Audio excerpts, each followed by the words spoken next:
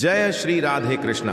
राधे राधे नमस्कार। प्रिय भक्त गणों, आप सभी को पावन पर्व श्री कृष्ण जन्माष्टमी की ढेर सारी हार्दिक बधाई एवं अनंत शुभकामनाएं। दोस्तों, आज की वीडियो में हम बात करेंगे इस बार साल 2024 में जन्माष्टमी कब मनाई जाएगी, रोहिणी नक्षत्र किस समय रहेगा, कान्हा जी की छठी किस दिन मनाई जाएगी। अगर आप व्रत रखते हैं या जो भी भक्त जन्माष्टमी का व्रत करते हैं उनके पारण का शुभ मुहूर्त क्या होगा, इस बारे में बात करेंगे। इसके अलावा इस बार की जो जन्माष्टमी है बहुत ही दुर्लभ संयोग में है, बहुत ही शुभ संयोग में है। तो कौन से वह शुभ योग लगने वाले हैं और इन शुभ योगों में आप किस प्रकार से भगवान श्री कृष्ण की पूजा आराधना करें जिससे कि आपकी समस्त कामनाएं पूर्ण हो।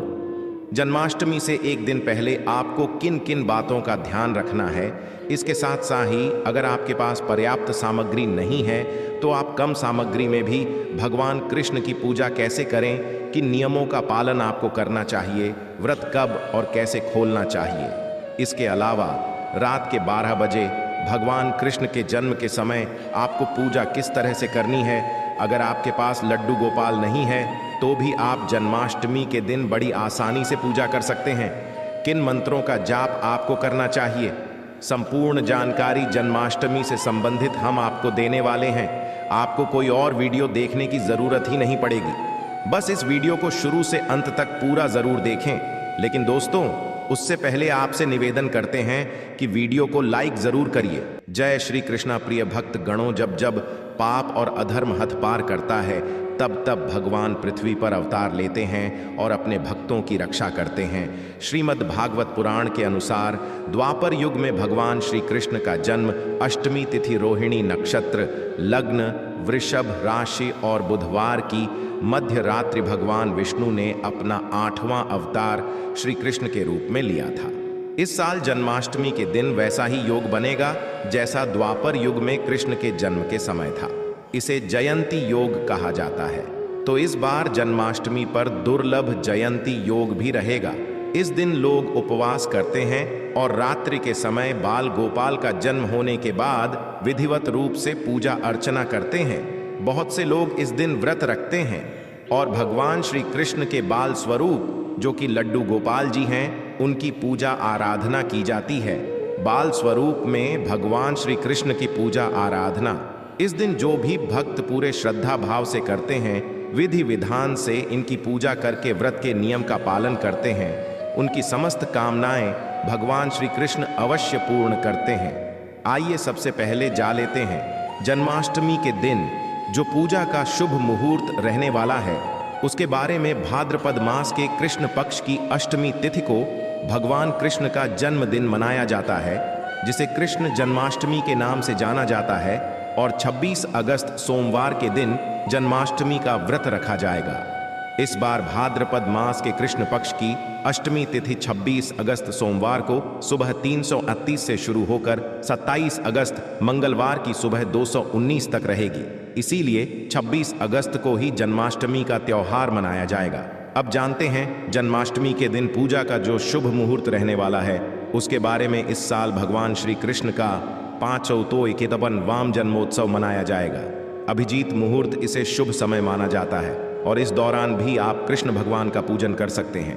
दिन के समय 1166 से 1248 तक अभिजीत मुहूर्त रहेगा। सर्वार्थ सिद्ध योग रहेगा 3:55 अपराह्न से 5:77 पूर्वाह्न तक। 27 अगस्त जन्माष्टमी की जो पूजा की जाती है वह की निश्चिता मुहूर्त में कहा जाता है। मध्य रात्रि के समय भगवान कृष्ण का रोहिणी नक्षत्र में जन्म हुआ था और निश्चिता मुहूर्त का समय रहने वाला 26 अगस्त को दोपहर 12 बजे से 27 अगस्त की देर सुबह 12:45 तक रहेगा। ऐसे में पूजा के लिए आपको 45 मिनट का समय मिलेगा। राहु काल रहेगा दोपहर 2 बजे से 336 तक रहेगा। राहु काल में कोई शुभ कार्य नहीं किया जाता है, इस बात का विशेष ध्यान रखिएगा। अब जान लेते हैं जन्माष्टमी के दिन पूजा किस तरह से करनी चाहिए। एक दिन पहले आपको किन बातों का ध्यान रखना चाहिए, क्योंकि जन्माष्टमी के जो व्रत के नियम होते हैं उनका पालन आपको सप्तमी तिथि की रात से ही करना चाहिए। सप्तमी के दिन शुद्ध सात्विक भोजन करना चाहिए। इसके अलावा आज के दिन आपको प्रेम से रहना चाहिए। भगवान कृष्ण का मन ही मन सप्तमी तिथि के दिन ध्यान करना चाहिए। विवाहित लोगों को सप्तमी तिथि से लेकर नवमी तिथि तक ब्रह्मचर्य का पालन करना चाहिए। इसके साथ अगले दिन ब्रह्म मुहूर्त में उठकर सबसे पहले घर की साफ सफाई करने के साथ ही आपको स्नान करके का स्वच्छ वस्त्र धारण करने चाहिए। जन्माष्टमी के दिन आपको काले या फिर गहरे रंग के वस्त्रों का प्रयोग नहीं करना चाहिए। इसके साथ ही आप स्नान करें। सूर्य देवता को जल अर्पित करने के साथ ही धरती माता को भी प्रणाम करें। इसके बाद आप अपने सभी इष्ट देवी देवताओं का मन में ध्यान करें। आप पूर्व या उत्तर दिशा में मुंह करके आप बैठ जाइए। साथ में कुछ पल जल या फिर कुश का आसन लेकर आप बैठे। इसके साथ ही अगर आप जन्माष्टमी के दिन व्रत करना चाहते हैं तो आपको हाथ में जल पुष्प अक्षत लेकर व्रत का संकल्प लेना चाहिए। संकल्प लेते समय आप अपना नाम, अपने गोत्र का नाम, अपने शहर का नाम, इसके साथ ही जो भी मास चल रहा है उसका नाम और जो भी व्रत आप रख रहे हैं उसका भी नाम आपको संकल्प लेते समय रखना चाहिए। संकल्प लेते इसमें आपको भगवान कृष्ण से प्रार्थना करनी चाहिए, प्रभु आज मैं श्रद्धा पूर्वक आपका व्रत रखने जा रही हूँ, या रखने आपकी कृपा मुझ पर और मेरे परिवार पर सदा सर्वदा बनी रहे। इस प्रकार संकल्प लेने के साथ आप भगवान कृष्ण की विधिवत पूजा करें। किसी भी पूजा को करने से पहले भगवान गणेश की पूजा करनी चाहिए। इसके बाद ही आपको कृष्ण भगवान की पूजा करनी चाहिए। आपके पास अगर मूर्ति है तो आप मूर्ति की पूजा करें, तस्वीर है तो आप तस्वीर की पूजा करें। अगर आपके पास तस्वीर नहीं है, नई तस्वीर आप लाना चाहते हैं तो ऐसी तस्वीर आप लेकर आए जिसमें आप यह देखें कि भगवान कृष्ण माँ यशोदा से माखन की मांग कर रहे हो या फिर भगवान कृष्ण के हाथ में खुद माखन हो। माखन खाते हुए कृष्ण भगवान की तस्वीर के अलावा आप आज के दिन गाय बछड़े के साथ भगवान कृष्ण की जो तस्वीर होती है या फिर कोई मूर्ति मिल जाए आपको तो उसे भी आप ला सकते हैं। इसके बाद आप विधिवत पूजा प्रारंभ करें। भगवान कृष्ण के मंत्र का जाप करें। मंत्र है प्रणम में, देव जनित वह जातक डूबा, महादेवा तथा कृष्णो नमस्तुभ्यम नमो नमः, या आप केवल ओम कृष्णाय नमः। इस मंत्र का जाप करके भी भगवान कृष्ण को प्रणाम कर सकते हैं।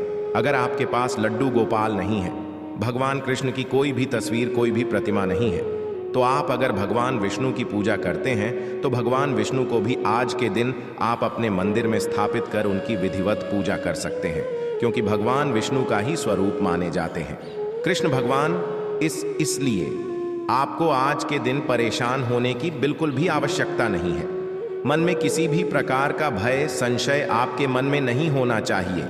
अगर आपके पास लड्डू गोपाल है तो आप सुबह उन्हें स्नान कराएं, नए वस्त्र पहनाएं। इसके साथ ही भगवान कृष्ण को आज के दिन गोपी चंदन का तिलक लगाएं, माखन मिश्री का भोग लगाएं।